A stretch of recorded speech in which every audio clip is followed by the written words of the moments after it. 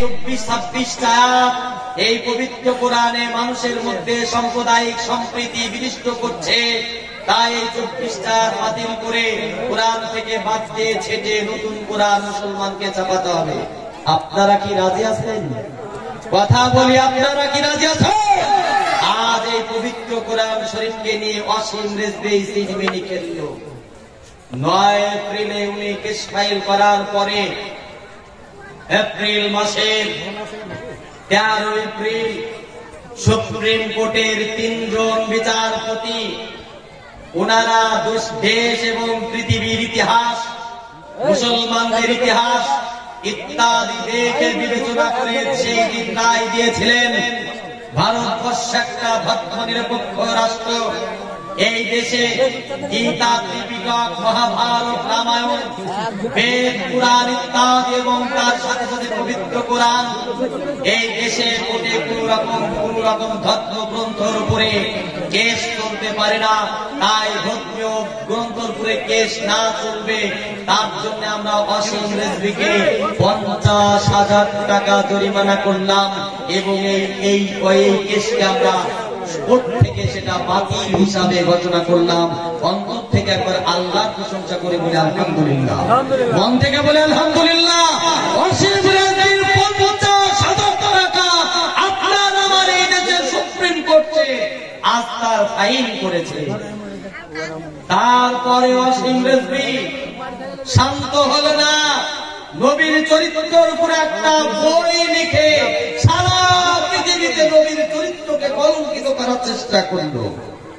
কিন্তু স্মরণ করাই, আপনাদের স্মরণ আছে আমাদের দেশের সালমান রুশদি, যেই সালমান রুশদি নবীর চরিত্রের উপরে কলঙ্ক লেপন করে বই লিখেছিল, সেই সালমান রুশদির ইতিহাস আপনাদের জানা আছে। সালমান রুশদি পায়খানা ঘরে পড়ে পায়খানা খেতে খেতে সে এই ইহধাম থেকে সে ত্যাগ করেছে, দুনিয়া থেকে তার মৃত্যুটা হয়েছে পায়খানা খেতে খেতে। আজ থেকে কয়েক মাস পূর্বে আপনাদের হয়তো জানা আছে বা নাও থাকতে পারে, 2007 সাল আপনাদের মনে আছে নবীর চরিত্র নিয়ে সিনেমা তৈরি হয়েছিল। যেই ভদ্রলোক সিনেমা তৈরি করেছিল সে তো মানে আপনার ইসলাম কবুল করেছে, কিন্তু তারপরে পরে নবীর চরিত্র নিয়ে কার্টুন তৈরি করেছিল। রাস্তায় অ্যাক্সিডেন্টে কার্টুনওয়ালা লোকটা গাড়ির তলে পিষ্ট হয়ে আল্লাহ তাকে দুনিয়ার মুখ থেকে বিদায় নিয়েছে। আমরা জানি সেই তৎকালীন যুগে ইব্রাহিমকে নমরুদ যেভাবে মারতে চেয়েছিল, আমরা সেই সময় দেখেছি ইব্রাহিমকে আগুনে পোড়ানো সম্ভব হয়নি। নমরুদকে মাথায় জুতো মেরে মেরে মেরে সেই সময় নমরুদ পৃথিবীর মুখ থেকে বিদায় নিয়েছে। আমরা দেখেছি ফেরাউন পানিতে, সেখানে পানি খেতে খেতে সে পৃথিবীর বুক থেকে বিদায় নিয়েছে। এইরকম করে আমরা নবীর যুগের ইতিহাসও দেখেছি। অনেক রাসূল সাল্লাল্লাহু আলাইহি ওয়াসাল্লামের আত্মীয় স্বজন, পাড়া প্রতিবেশী নবীকে গাল দেবার ইত্যাদি কষ্ট দেবার ফলেও তাদের মৃত্যুটা কত অকল্পনীয়, কত নোংরার মধ্যে তারা মৃত্যুবরণ করেছে। সেই সব অসীম রেজভি তুমি ভুলে যাবে না। আজ তসলিমা তুমি ভুলে যাবে না, তুমি দিন ধর্ম নবীকে গাল দিয়েছো। সেসব অসীম রেজভি 24-26 হাতের উপরে কেস করেছে। আজ কোর্ট তাকে সেই বাতিল বলে ঘোষণা করেছে। অসীম রেজভির বরদাস্ত হলো না। আগামী 6 তারিখ ডিসেম্বর মাস, এই 6 তারিখে বাবরি মসজিদ ভাঙ্গার দিবস। আর বাবরি মসজিদ ভাঙ্গাটা যেই দিন বাবরি শহীদ করেছিল গত বছর 6 তারিখে, 6 ডিসেম্বর, ওই অসীম রেজভি সে তার ইসলাম ত্যাগ করে জিতেন্দ্রনাথ ত্যাগী নাম দিয়ে সে আজ অমুসলমান হয়ে গেছে। তোমার মতো হাজারো লক্ষ লক্ষ মানুষ যদি ইসলাম থেকে দূরে সরে যায়, ইসলামের 4 আনা কোনো ক্ষতি হবে না। হবে ভাই? জোরে বলি, 5 পয়সার কোনো ক্ষতি হবে গো? 1 টাকার 1 আনার ক্ষতি হবে না। কিন্তু অসীম রেজভি তোমাকে আজ দুটো একটা কথা না শোনানি নয়। তোমার মতো একজন অপদার্থ লোক, তোমার মতো একজন অমানুষ আজ ইসলামকে গালি দিয়ে যে বইটা লিখেছো, কিন্তু আজ এই জায়গায় আর একটা পেপারে দেখুন, আজ কোরআনের হাফেজ হলে তবেই মিলবে আকাশ বিদ্যার সুযোগ। আজ কয়েকটা দেশ তারা পরিষ্কার সুন্দর করে জানিয়ে দিয়েছে, অসীম রেজভি যখন এই পবিত্র কোরআনের বিপক্ষে খড়গহস্ত, তখন পৃথিবীর কয়েক ডজন দেশ তারা বলছে আপনাদের আজকের মুহূর্তে রিপোর্ট আপনারা দেখছেন, আন্তর্জাতিক লেভেলে ইসলামকে যত কষ্ট দেওয়ার চেষ্টা করছে, ইসলামকে যত ধ্বংস করার চেষ্টা করছে, আল্লাহ জাকির নায়কের দাঁড়াতে তত ইসলামকে বিজয়ী ঘোষণা করছে। একবার অন্তর থেকে বলে আমরা আলহামদুলিল্লাহ। কাতারের মাটিতে যদি আমি খেলা এখনো দেখিনি, আমি ফেসবুকে দেখেছি, শুনেছি, পড়েছি যে কাতারের মাটিতে প্রত্যেক দিন জাকির নায়েক আজকে কত মানুষকে ইসলাম কবুল করাচ্ছে। আজ একটা আমি তার সত্য বাছাই করিনি, আজ শোনা যাচ্ছে ইসলামের ছায়াতলে নাকি এক এক দিনে প্রায় 3000-এর উপরে মানুষ এক এক দিনে পৃথিবী জুড়ে ইসলাম কবুল করছে। এখন অন্তর থেকে আলহামদুলিল্লাহ বলবেন না? অসীম রেজভি তুমি কান খুলে শোনো, অসীম রেজভি তোমার শোনার দরকার। এইদিকে দেখুন একটা দাড়ি কাটা লোক, টাই কোট পরা লোক একটা বসে আছে। এই লোকটা পৃথিবীর মহা আকাশ বৈজ্ঞানিক, ইনি আকাশ নিয়ে গবেষণা করেন। এই ভদ্রলোক মালয়েশিয়া, ইন্দোনেশিয়া থেকে শুরু করে এরকম অনেকগুলো দেশ, সেই দেশের আজ বিজ্ঞানীরা বলছেন শুনুন, যারা আজকে পবিত্র কোরআনের হাফেজ হবে তবেই তাদেরকে আমরা আকাশ গবেষণার সুযোগ দেব। অন্তর থেকে একবার আলহামদুলিল্লাহ বলুন। আকাশ গবেষণাকারী বিজ্ঞানী, চন্দ্র বিদায়ী বিজ্ঞানী, যারা চন্দ্র সূর্য নিয়ে গবেষণা করে, যারা গ্যালাক্সি নিয়ে গবেষণা করে, যারা তারকারাজি নিয়ে গবেষণা করে, তাদের বক্তব্য হলো এই পৃথিবীতে একখানা পবিত্র কোরআন রয়েছে, সেই পবিত্র কোরআন শরীফে আকাশ থেকে এই খোলা আকাশের মাটিতে একটা কিতাব রয়েছে, পবিত্র আল কোরআন। এই পবিত্র আল কোরআনে একটা পবিত্র কোরআন শরীফের মধ্যে একটা সূরা রয়েছে, সেই সূরাটির নাম হলো সূরাতুল সূর্য, সূরাতুল শাম। সূরাতুল সূর্য পূর্ব গগনে সূর্যোদিত হয় এবং পশ্চিম গগনে ডুবে যায়। এই পবিত্র কোরআন শরীফে আরেকটি সূরা রয়েছে, যেই সূরাটির নাম হলো সূরাতুল কামার। মাথার উপরে চেয়ে দেখুন, রাত্রিবেলায় মাথার উপরে আপনি চেয়ে দেখবেন একটা একদম আলোর পিণ্ড নাই, ধারার মতো চাঁদ উঠেছে সারা পৃথিবীতে। সেই চাঁদ মানুষকে আলোকিত করে তুলে, কখনো কখনো চাঁদ ছোট হয়ে যায়, কখনো কখনো আবার বড় হয়ে যায়।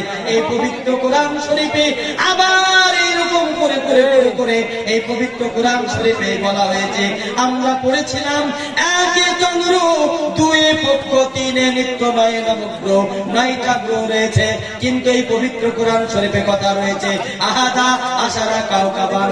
আমি দেখলাম 11টা গ্রহ ওই হযরত নবীজির কাছে, ওই 11টা গ্রহের কথাই পবিত্র কোরআন এসেছে। তাই মালয়েশিয়া বলেন, ইন্দোনেশিয়া বলেন, পৃথিবীতে অনেক দেশ তারা বলছে পৃথিবীতে একখানা কোরআন শরীফ রয়েছে, আকাশ নিয়ে কথা বলে, চন্দ্র নিয়ে কথা বলে, সূর্য নিয়ে কথা বলে, তারকারাজি নিয়ে কথা বলে, গ্যালাক্সি নিয়ে কথা বলে। আমার দেশে কেউ যদি আকাশ নিয়ে গবেষণা করতে চায়, আমার দেশে কেউ যদি চন্দ্র নিয়ে গবেষণা করতে চায়, আমার দেশে কেউ যদি সূর্য নিয়ে গবেষণা করতে চায়, তাহলে সর্বপ্রথম তাকে পবিত্র কোরআনের হাফেজ হওয়া লাগবে। একবার অন্তর থেকে বলা যাবে না আলহামদুলিল্লাহ? নারে তাকবীর, নারে তাকবীর।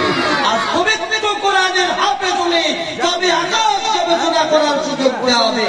অসীম রেজভি তোমার মতো একটা নালায়েক পবিত্র কোরআনের বিপক্ষে শত শত বই লেখার পরেও পবিত্র কোরআনের বিন্দু পরিমাণ একটা ক্ষতি হবে না ইনশাআল্লাহ। অন্তর থেকে সবাই বলি ইনশাআল্লাহ। আমার বন্ধু, আমার ভাইরা, সেসবে আপনি কি মনে করেছেন? আর এই পবিত্র কোরআনকে কিয়ামত পর্যন্ত পৃথিবীর মানুষ কোনদিন পরিবর্তন করা সম্ভব হবে না। সেটা পৃথিবীর অনেক জায়গায় প্রমাণিত। আমি আপনাদের এই তথ্যটা বলি, আমার ভাই সাহেব, আমার বন্ধুরা, আজকে এই বর্তমান সমাজে আজকে আপনাদের জানা আছে, আজ পৃথিবীর মানে একদম রাসূল সাল্লাল্লাহু আলাইহি ওয়াসাল্লামের যুগের যে হাতের লেখা কোরআন, সেটাও বর্তমান আজকে পাওয়া যাচ্ছে। নবীর যুগের যে সাহাবারা স্বহস্তে কোরআন লিখেছেন, সেটা আজকে পৃথিবীতে যারা আজকে আন্তর্জাতিক লেভেলে যারা আজকে গবেষণা করে লেখাকে নিয়ে, পুরাতত্ত্ব বিভাগ আজকে বিভিন্ন দেশ থেকে আপনার এই ভাবটা এসেছে যে নবীর যুগের যে কোরআন সেটা আজকে পাওয়া গেছে। তার আমার কাছে চিত্র ছবিটা আছে, কোন দিকে ভাই হারিয়ে গেল, মানে ঢুকে গেল ভাই আমার বন্ধু বন্ধুরা, সেই হিসাবে আমি আপনাদের পরিষ্কার জানাতে চাই, নবীর যুগের কোরআন আজও সাহাবারা যেটা সহজের ঘাড়ে চামড়ায় লিখে দিয়েছেন, সেটা তো আজ পর্যন্ত সংরক্ষিত পৃথিবীতে কিয়ামত পর্যন্ত রইবে, কেউ তার পরিবর্তন করতে পারবে না। অন্তর থেকে আমরা বলি আলহামদুলিল্লাহ, জোরে বলে আলহামদুলিল্লাহ। আমার ভাই, আমার বন্ধুরা, শেষা ওয়াসিম রিজভী, তুমি যতই ইসলামকে নিয়ে গালিগালাজ করো, যতই কুমন্তব্য করো, আজকে বর্তমান ভারত, বর্তমান পৃথিবীতে যেভাবে ইসলামের দিকে আজকে আঙ্গুল তোলা হয়, সেই মুসলমানের দিকে চেয়ে দেখুন, সে একজন কলেজের ছাত্রী, অথচ তার সামনে কিছু নালায়েক যুবক এমন করে ঘোরাঘুরি শুরু করে দিল, দৌড়াদৌড়ি করে দিল। আপনারা দেখেছেন সেই ভদ্র মহিলা যখন কলেজে যাচ্ছে আর তার সামনে দাঁড়িয়ে যেভাবে নারায় মানে জয় শ্রীরাম জয় শ্রীরাম করে মেয়েটাকে যখন উত্তপ্ত করছে, একাই মুস্কান তখন হিজাবধারী পোশাক পরা সেই মুস্কান এক আল্লাহ নারায় ধরি যখন দেয় আর আল্লাহু আকবার আল্লাহু আকবার চিৎকার করে সারা পৃথিবীর মানুষকে এক আল্লাহর উত্ততা, এক আল্লাহর সৃষ্টির মানে যে কারিমা বা আল্লাহর যে মহান নামের যে মহাগুণ, সেইটা পৃথিবীর মানুষ সেটা উপলব্ধি করেছে। আমার সেই ভদ্র মহিলা সুন্দর হিজাব করে রাস্তায় হেঁটে হেঁটে কলেজে ঢুকছে, আর এই ভদ্র মহিলার হাতে এইটাও জাজমানের এক অভিনেত্রীর ছবি। আমি আপনাদের এই মেয়েটার নাম চিনি। ও আমার যুবক বন্ধুরা, আমার যুবতী বোনেরা, আপনাদের কাছে আমি ফিরে যাই, যে ইসলামকে আপনারা কেমন করে ভালোবাসতেন, দিনকে আপনারা কেমন করে ভালোবাসতেন, আল্লাহকে আপনারা কেমন করে ভালোবাসতেন। আপনারা তো সবকিছু মানে ভালোবাসায় ছেড়ে দিয়েছেন। এই মেয়েটি দুনিয়াতে কত টাকা পয়সার তার অভাব ছিল না, এই মেয়েটি দুনিয়াতে কত রকম সিনেমা করেছে, এই মেয়েটি একটা মুসলমানের পাঠ দেওয়া হলো। আজকে মুসলমান মা বোনেরা আজকে ভালো পোশাক পরতে জানে না, আজকে পর্দার সঙ্গে কাপড় পরতে সেটাও বুঝে না। আজকে কলকাতায় গিয়ে দেখবেন তো কোনটা ছেলে কোনটা মেয়ে দেখা যাবে না। এমএ করছে, বিয়ে করছে, ডন বস্ক কলেজে পড়ছে, ইত্যাদি ইত্যাদি কলেজে পড়ছে, ছেলে আছে, দাঁড়িয়ে আছে, মেয়ে আছে, ও ছেলে মেয়ে কিছু বোঝা যায় না। সামনের দিক তাকালে তবেই বোঝা যাবে এইটা মেয়ে। একই সঙ্গে দাঁড়িয়ে দাঁড়িয়ে সিগারেট বিড়ি খাচ্ছে, কোন রকম অসুবিধা নাই। এটা বর্তমান আধুনিক যুগে আর নারী পুরুষের কৃষ্টি কালচার হয়ে দাঁড়িয়েছে। আমি অত্যন্ত দায়িত্ব নিয়ে বলছি, আর যুব সমাজ এবং যুবতী বোন যেভাবে তার চারিত্রিক পদপতন চলে গেছে, আগামী দিন যে কি হবে তা বলা যায় না। আমরা দেখিনি কিন্তু শুনেছি, আজকে হাই সোসাইটিতে নিজেদের ঘরে মা একটা পর পুরুষকে নিয়ে চলে গেল, বাবা একটা নারীকে নিয়ে চলে গেল, ছেলে একটা মেয়েকে নিয়ে ঘরে ঢুকে গেল, মেয়ে একটা আরেকটা ছেলেকে নিয়ে ঘরে ঢুকে গেল। এইটা হাই সোসাইটি এবং বর্তমান জগতের আজকে মানুষের চরিত্র। আজ ওই জায়গায় মুসলমানরা পা দিয়ে দাঁড়িয়েছেন। আজ সেই হিসাবে চেলিকের কথাটা শুনুন। চেলিক বলছেন, আমি শুধু হিজাব পরাকে কেন্দ্র করে ইসলাম কবুল করলাম। এইখানে ছবিটা দেখতে পাবেন, দূর থেকে হয়তো দেখতে পাবেন না। এই মেয়েটা সুন্দর করে একজন সিনেমা জগতের উনি নায়িকা, উনি বলছেন আমি হিজাব পরে ইসলাম কবুল করলাম। কেমন করে শুনুন, একটু বোনের আপনাদের শোনার দরকার। ভদ্র মহিলা উনি করলেন কি, উনাকে যিনি সিনেমার প্রযোজক উনি শিখিয়ে দিচ্ছেন, সিনেমার যিনি মানে কাজ করছেন উনি শিখিয়ে দিচ্ছেন যে মুসলিম মহিলা হলে কি করতে হয়, এইভাবে কাপড় পরতে হয়, এই করতে হয়। তাই ওই চেলিককে কি করেছে, মুসলিম সুন্দর একটা পোশাক পরে দেওয়া হয়েছে, মাথায় হিজাব পরে দেওয়া হয়েছে, হাত পর্যন্ত জামা দেওয়া হয়েছে, পা পর্যন্ত জামা দেওয়া হয়েছে। তারপরে চেলিককে বলছে, চেলিক এবার তুমি আয়নার সামনে গিয়ে দাঁড়িয়ে যাও। সিনেমা জগতের অভিনেত্রী উনি আয়নার সামনে দাঁড়িয়ে গিয়ে উনি দেখছেন আর বলছেন, বাহ চেলিক তোমাকে কত সুন্দর দেখাচ্ছে। চেলিক বলছেন, তোমাকে কত সুন্দর দেখায়। নওজোয়ান যুবক বন্ধুরা এবং যুবতী বোনের একটা বার চিন্তা করবেন, সমাজে যেই জলঙ্গ পোশাকে ঘুরে ওকে কেমন দেখা যায়, আর যেই মেয়েটা সুশ্রী সুন্দর সেই দেখতে কত সুন্দর ফুটফুটে দুষ্টার মতো মেয়ে, ওই মেয়েটা যদি সুন্দর করে পোশাক পরে নেয়, ওই মেয়েটা যদি সুন্দর পোশাক পরে নেয়, তাকে কেমন দেখতে লাগে। তুমি 1 লাখ টাকা দিলে তোমার লোক কই? একটা লোক এখন পর্যন্ত তোমার আসেন যে ভাই, তোমার যারা দান করার জন্য যাদের নাম আমরা লিখলা, ও ডালিম ভাই আসেনি, সালিম শেখ আসেনি, ওই আলমগীর ভাই আসেনি, জালাল ভাই কেউ আসেনি, আমাকে পাইনি, কিছু দিয়ে গেল। আমি আবার আহ্বান করবো ভাই, দয়া করে আপনারা যদি আপনাদের মসজিদ বাঁচান, তবে এই যে আমি চেলিকের বক্তব্যটা করছি একটু শুনুন। এই চেলিক ভদ্র মহিলা বলছেন, আমাকে হিজাব করে দেওয়া হলো, আমি আয়নার সামনে গিয়ে দাঁড়িয়ে গেলাম, আয়নার সামনে দাঁড়িয়ে দেখছি আমার সুন্দর চেহারাটা, ফুটফুটে দুষ্টার মতো চেহারাটা, হাতটা ঢাকা, মাথাটা ঢাকা, মুখটা খোলা, পা পর্যন্ত কত সুন্দর। চেলিক নিজেই বলছে যে আমাকে কত সুন্দর দেখতে লাগছে। বাহ, চেলিক তোকে কত সুন্দর লাগছে।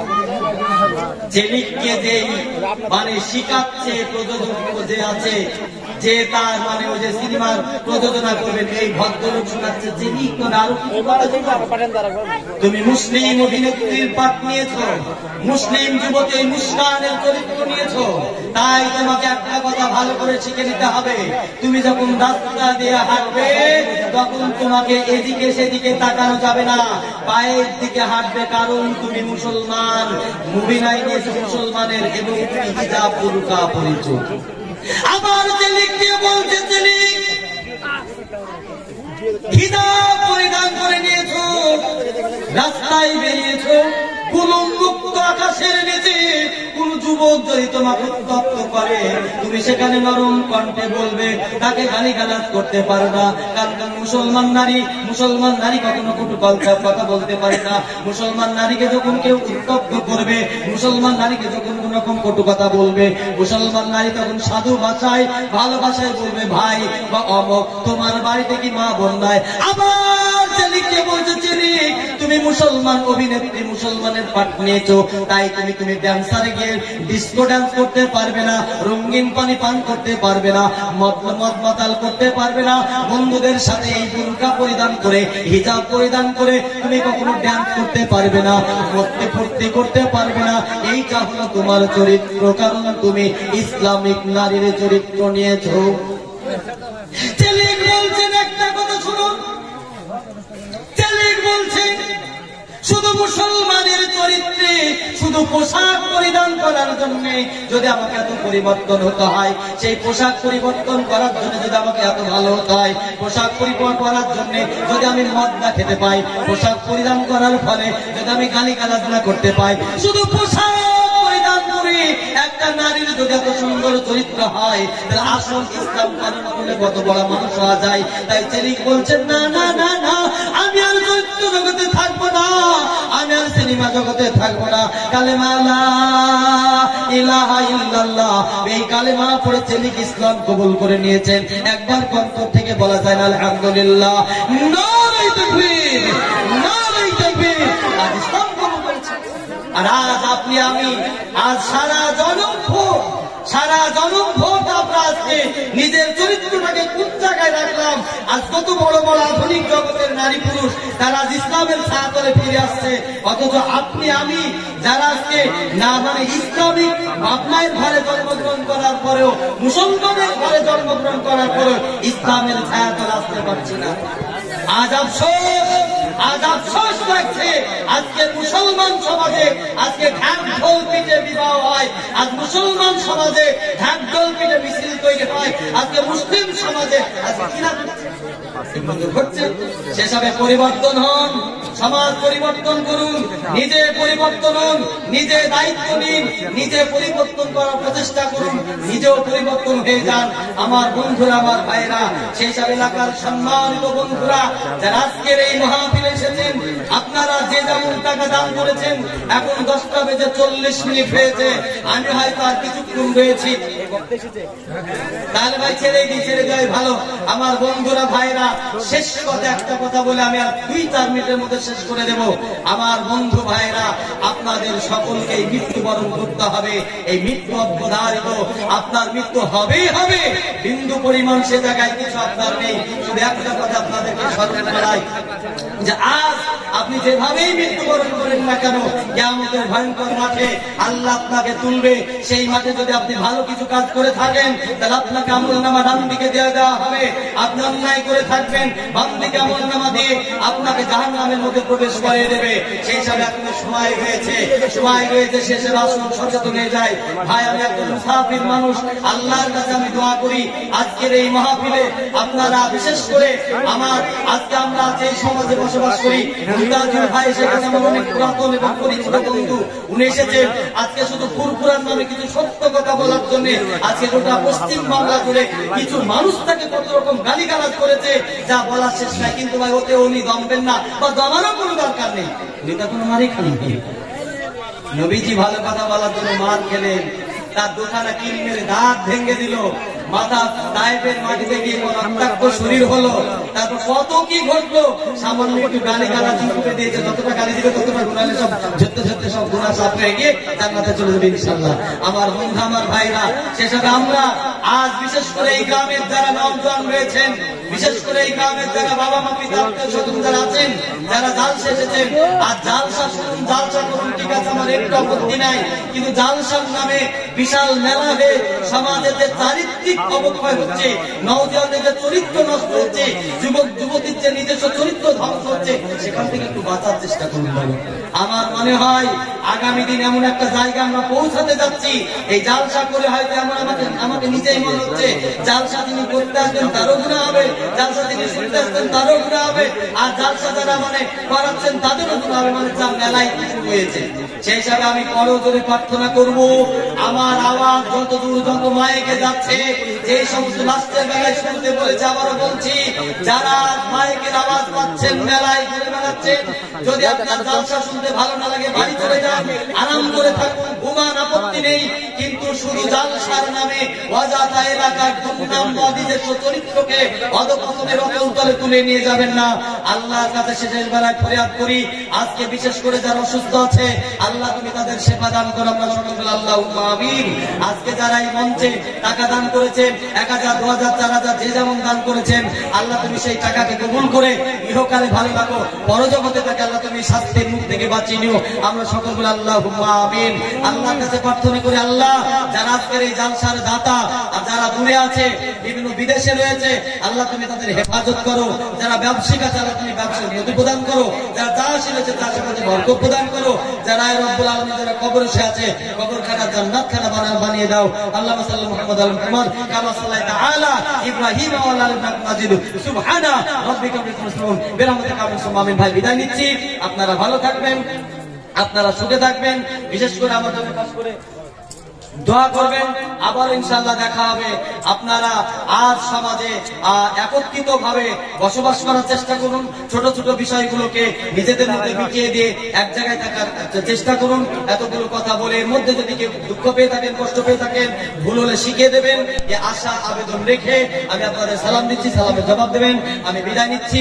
আসসালামু আলাইকুম ওয়া রাহমাতুল্লাহ।